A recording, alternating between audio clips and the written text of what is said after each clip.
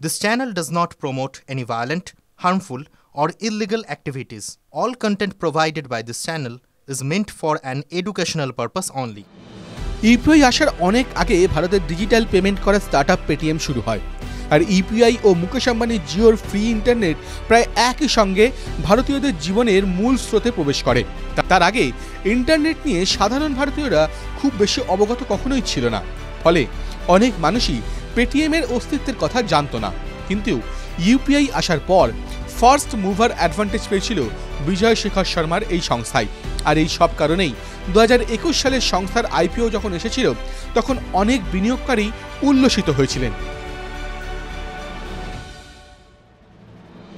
পরবর্তীতে PhonePe, Google পের মতো আরও অনেক প্রতিযোগী চলে আসায় ও আরবিআই এর বিভিন্ন সিদ্ধান্তের কারণে পেটিএম শেয়ার বাজারে ধাক্কা খেতে থাকে। আর এবার ঘুরে দাঁড়াতে মরিয়া হয়ে উঠেছে 197 কমিউনিকেশনের অধীনস্থ এই সংস্থা। তারা এক্সচেঞ্জ ফাইলিং এর মাধ্যমে বিজ্ঞপ্তি জারি করেছে যে এবার থেকে তারা রিসার্চ অ্যানালিস্ট হিসাবে সার্ভিস দেবে।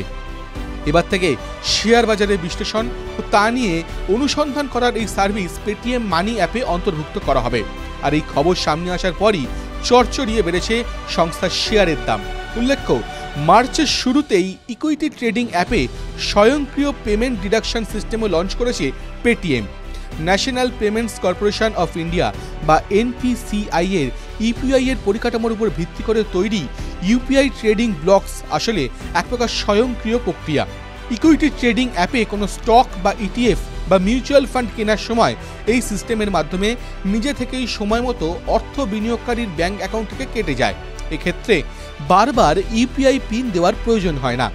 এক্সচেঞ্জ ফাইলিংয়ের এই ইউপিআই এর ট্রেডিং ব্লকের কথা উল্লেখ করে পেটিএম বলেছে, একবার কোনো ইকুইটি কেনা হয়ে গেলে তা তাদের অ্যাপের মাধ্যমেই দেখাশোনা করা যাবে।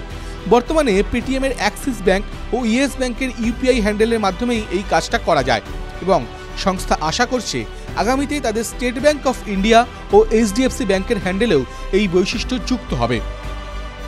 কোথাও বিনিয়োগ করতে চাইলে সেই বিষয়ে যথাযথ তথ্য অনুসন্ধান ও বিশ্লেষণ করুন। এই ভিডিও শুধুমাত্র শিক্ষাগত উদ্দেশ্যে।